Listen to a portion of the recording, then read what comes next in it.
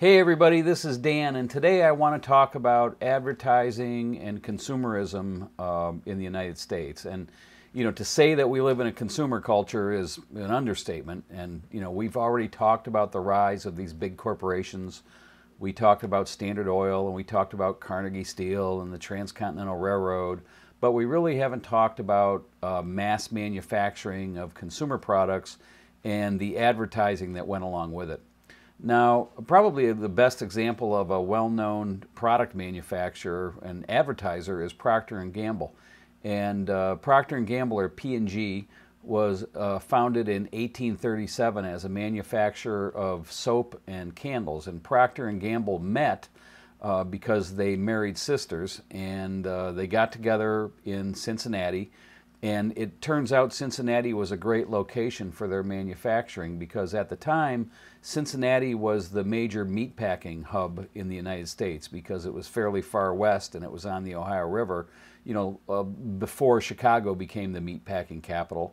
And it was a good location for Procter & Gamble because animal fat and animal byproducts are necessary raw materials for the manufacture of both soap and candles. So it turns out Cincinnati was an ideal location for the company, and they're still there today. As a growing manufacturer, P&G got their first big break during the Civil War when the U.S. government awarded them a contract to make soap and candles for the Union Army. Now, not only did this keep their factories running at capacity, but it also established brand recognition among the soldiers who were familiar with the products and loyal to the products after their return home after the war. And from there, P&G developed some very famous brands. Ivory Soap in the 1870s, Crisco in 1911, and so on. So, they're a good example of a consumer products company in the 1800s. Now, P&G did two things that I think are really important for us to latch onto, especially business students. First, they set up a research lab back in 1890 to learn about soap making and candle manufacturing, and one of the first companies in the country really to set up a research and development program. Now, R&D is certainly a big expense, but it almost always pays off in the long run, and it certainly did for P&G. The other thing P&G did early on is that they advertised and established their brand. Now, Ivory started advertising early on in the 1880s, 1890s, and to this day it's one of the best known brands in the U.S. You have to keep your brand in front of customers, and P&G was very good at doing that. The other thing that's interesting about P&G is, if you remember, I mentioned that when they started they were a candle manufacturer. But something happened in the 1920s, and the market for candles was no longer a very good market. And if you think about it, with the rise of electricity and the light bulb, you can see how there was no longer really a market for candles in this country. But by then, P&G had really diversified their product line with not only soap brands, but getting into more food products and other household products. So the loss of candle manufacturing really didn't hurt them that much. But there's an important lesson there. As a business, you want to be able to obsolete yourself. We talked about Schumpeter, the economist, and this idea of creative destruction. And that is a good example of that is Procter & Gamble and candle manufacturing.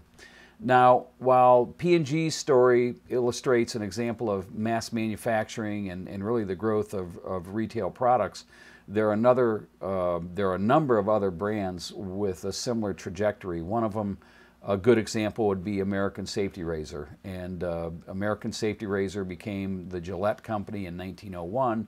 Interesting side note, the founder of Gillette, a gentleman named King Camp Gillette, was actually a utopian novelist. And he was one of the first business persons to think about this idea of giving away the razor and selling the blades for a guaranteed revenue stream. And obviously that's been a very successful story for Gillette. Now, as a historian, the sources I typically look at consist of documents and text. But when we're looking at a history of business, especially a history of maybe brands and advertising, we can look at logos and print ads as good sources because they tell a story about enduring brands and how long companies have been around and the demographics of the country at the time. So, one of the things I like to do, it's kind of fun, is, you can look at the oldest logos in the country that are still in use, and it really reveals a snapshot of the history of brands in the United States. Now, the oldest logo in continual use in the U.S., according to many people, is John Deere. And we already talked about John Deere. If you remember, he invented the steel plow back in 1837, and that logo and brand of John Deere has endured for well over 100 years now. And actually, if you look at the original logo and the logo today, they're very similar. Some other brands and logos that have gone unchanged over the years are Coca-Cola and Johnson & Johnson. Those are both from 1886. Campbell Soup, 1869. General Electric, 1892. Goodyear Rubber, 1898. And Sherwin-Williams in 1905. And it's interesting to go back and look at their marketing and look at their logos because things haven't changed much over the past 100 years, and all of those brands are still very strong in the marketplace. Now, one of the things that these companies all had in common was either strong research and development or strong marketing and advertising, or both. So I think there's really a lesson there as far as business is concerned, that you need to continually innovate and you need to continually market, and the history of these brands certainly reveals corporations that did both of those things. The other interesting thing about these brands is that they reflect the demographic changes that are occurring in the country at the turn of the century. Packaged food products from Campbell Soup, Johnson & Johnson, and P&G, health and beauty care, these categories reflect the rise of a middle class and urbanization, the urban society that's starting to become established in the late 1800s and early 1900s. So you start to get a feel for how consumerism begins to take off in this period of time, and also how the demographics begin to change in the country.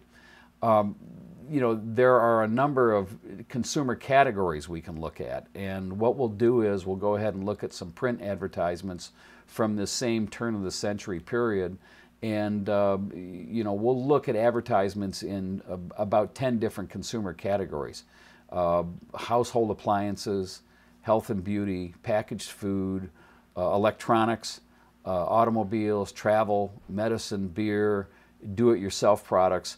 These are all product categories that reflect a new consumer class that's rising at the turn of the century. And many of the products that we'll see in these print ads are the same as what we're familiar with today, but you'll see that in many cases the ads are totally different, or at least the ingredients are totally different than we're familiar with today. So let's go ahead and take a look at some of these ads.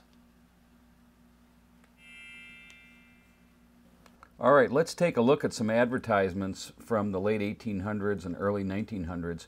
Here's a Quaker Oats ad, and this is interesting because there's a picture of the Capitol building in the ad, sort of playing to this idea of nationalism, purity, American values.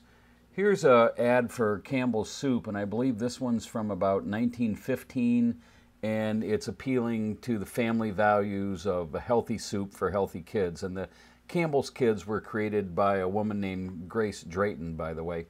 Coca-Cola, this is a very early ad, back when Coke actually had coca in it, which is the raw material for cocaine and codeine. So it was advertised more as a medicine for headaches, melancholy. Here is a Budweiser ad, and you can see that this hasn't changed much at all over the years. It's almost identical to today's logo. And this was from 1904, well before Prohibition, of course. Here's an ad for Lucky Strike cigarettes. This is appealing to women and this idea that smoking keeps you thin, but it's also interesting because it talks about throat protection and how cigarettes protect against irritation and cough. So it's a little bit different than the way we look at cigarettes today. Health and beauty was certainly a big category, again, reinforcing gender roles. Here's an ad for Maybelline eye makeup back in the early 1900s.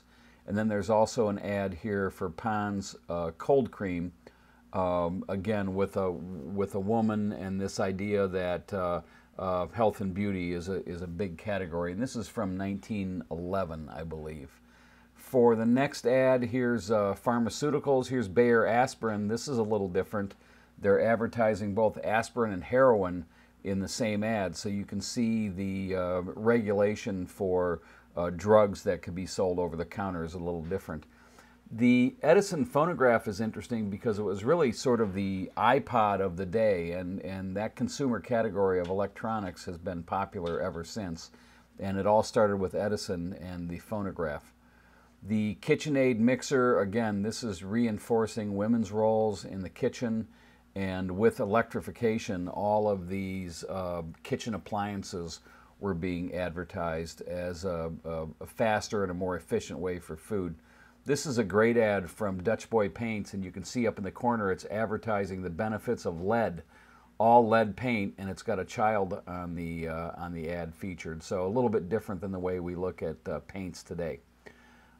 This is an ad from Burlington and Missouri Railroad talking about or encouraging people to move out west, and showing how they can get land for very cheap out in Iowa and Nebraska, just past the homestead days.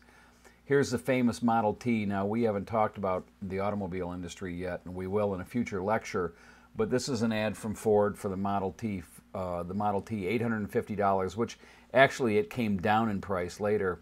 And here is a Model D Toledo car made by American Bicycle Company, and that's sold for $1,100, and that's from the early 1900s as well.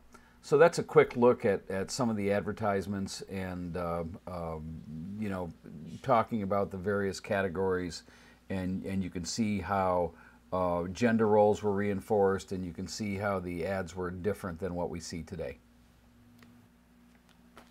So that was a quick look at brands and advertisements from this time period in the late 1800s to the early 1900s, and I wanted you to get a feel for how these ads and how these product categories reflect the changing demographics going on in the country at the time, and also, you know, just keep in mind this idea that these long-standing brands, you know, had a few things in common. They were all expert marketers. They were all experts in research and development and product line diversification. So when we look at a history of business, we can look at who the survivors are and gain some insight to as what, you know, their best practices were. So that's it for now. Everybody have a great week, and I'll see you again next week. Take care.